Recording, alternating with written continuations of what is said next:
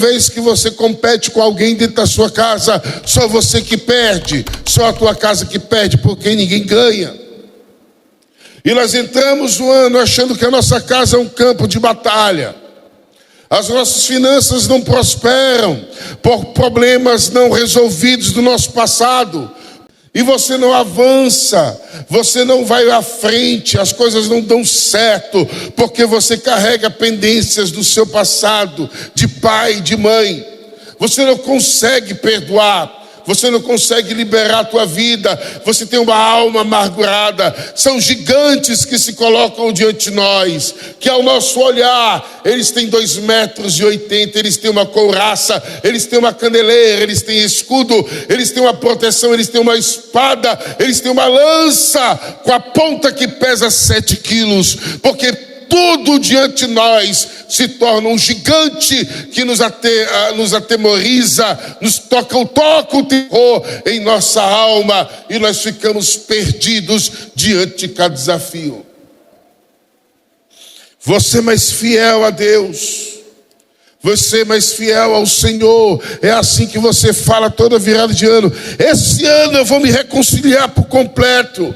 E você não consegue lidar, porque os medos vêm, os traumas, como ondas, que você quer entrar no mar e aquelas ondas batem, te jogando de novo para a areia, para que você não entre naquele mar com aquela força impetuosa, e você não consegue avançar, e isso gera em você um sentimento de frustração. Porque toda vez que eu tento avançar, eu estabeleço uma meta, eu estabeleço um objetivo, e eu não consigo viver a minha meta, eu não consigo alcançar meu objetivo, eu me frustro como pessoa. E quando eu me frustro como pessoa, eu desisto. Porque uma pessoa frustrada é uma pessoa enfraquecida por alguma força oposta. E a Bíblia fala, Jesus fala: no mundo tereis aflições. Em nenhum momento Jesus deixou claro que tudo na nossa vida seria uma bonança, seria um acalmo, seria uma brisa suave. Jesus deixou claro: vocês passarão por aflições. E isso vai gerando frustração em nossa vida, desânimo, sentimento de derrota, uma baixa autoestima, complexo de inferioridade, de achar: eu não posso, eu não consigo, não dá. Bem que meu pai falou que eu sou um doente, bem que meu pai falou que eu sou burro, bem que meu pai falou que eu não ia dar certo, que eu não ia funcionar, bem que minha mãe falou que nada na minha vida ia acontecer. E você começa a acreditar em palavras que um gigante tentou colocar na tua alma. Cadê o guerreiro? Só tem covarde aqui, não tem homem em Israel. Vamos continuar o texto. Davi era filho de Jessé, o Efrateu, de Belém de Judá. Jessé tinha 8 filhos e já era idoso na época de Saul. Versículo 13. Os 3 filhos mais velhos tinham seguido a Saul para a batalha. Então ele tinha 8 filhos, 3 estavam na batalha. Davi era o mais novo. Os 3 mais velhos serviam o exército de Saul. Todavia, Davi ia ao acampamento de Saul e voltava para continuar o trabalho de apacentar as ovelhas. Durante 40 dias, eu quis continuar para chegar nesse versículo. Durante 40 dias, o filisteu erguia a voz de manhã e de tarde, enquanto seus homens tomavam posição em combate. Aí eu vou continuar onde eu estava. Durante 40 dias, o gigante, o filisteu, ele ia de manhã e de tarde, sem trégua. Quantas vezes dentro das nossas frustrações. Você está bem, está tudo ok, está tudo dando certo. E de repente vem aquela onda de depressão, aquela onda de desânimo, aquela onda de um sentimento uma síndrome de pânico, um trauma que vem a galope e começa a mexer com você. A Bíblia fala que esses demônios, esses inimigos, esses bloqueios, eles acontecem constantemente. É de manhã e de tarde. Não dá trégua. E voltando para aquele pensamento que eu estava gerando, quando você começa a ter um sentimento de frustração, gera em você um sentimento de crítica. Porque você começa a falar, se na minha vida não dá certo, na vida do outro também não pode dar. Por que o outro tem que dar certo? Aí chega alguém e fala assim, eu estou vivendo um novo amor dentro do meu casamento. Aí você fala assim, é impossível. Porque eu estou casado há 20 anos e eu não consigo olhar para o meu homem ou para a minha mulher e viver um novo amor, porque você está cercado de frustração. O outro fala assim, eu perdi 10 quilos fazendo a dieta do alface. Aí você fala, é impossível, fez alguma outra coisa aí, porque eu já tentei também a dieta e não consegui.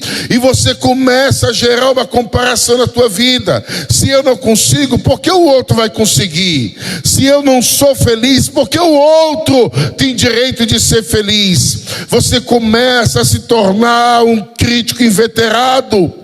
Por quê? Porque você é uma pessoa frustrada. Você reclama de tudo e de todos, porque você é frustrado. Você não consegue se relacionar e funcionar nos departamentos, nos setores, na tua empresa, na tua família. E você só chega e se torna um crítico, um cara chato, uma mulher chata. Isso não faz parte do cristianismo. Porque nós estamos pregando aqui há 8 semanas sobre o fruto do Espírito. Falamos sobre paz, passividade. Passividade não é paz. Tem uma que parece com paz. Não é passividade. Paciência, eu acho. Paciência. Falamos de bondade.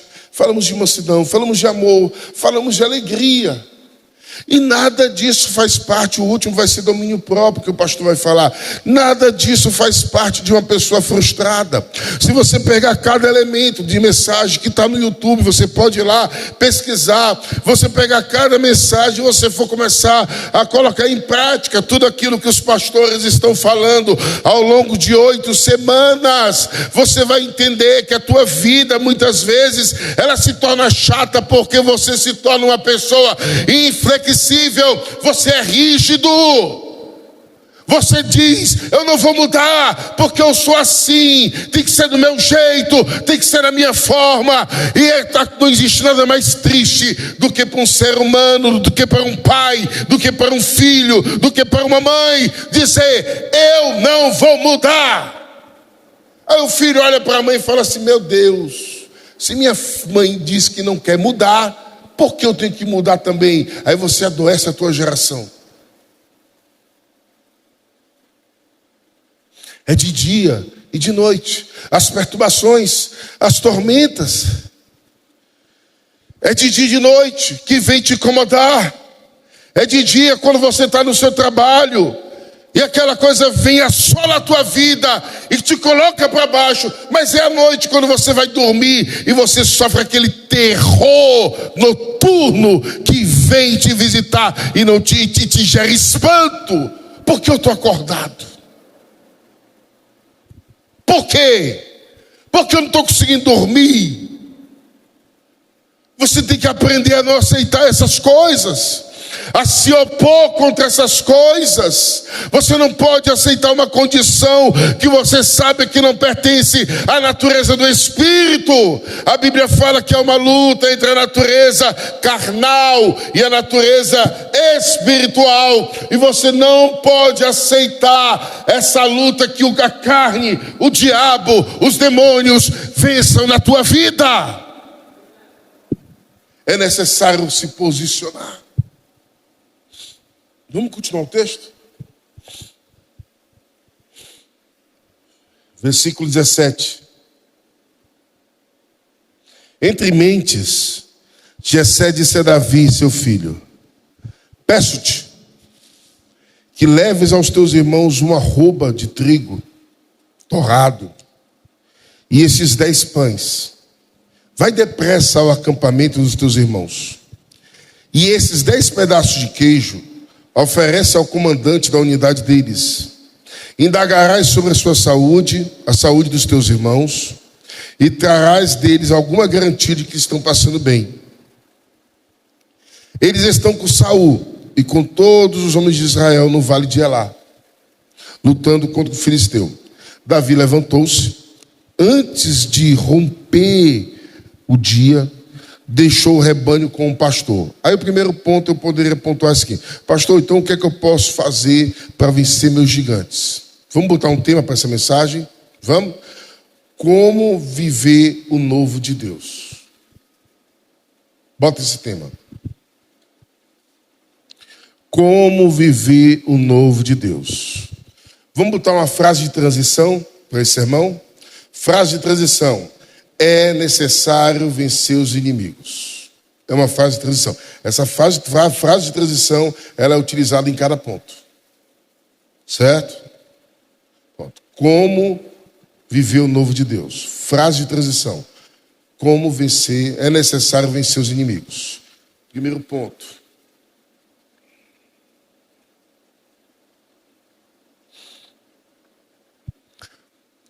você precisa se preparar. Para vencer os seus inimigos, é necessário se preparar. Primeiro ponto.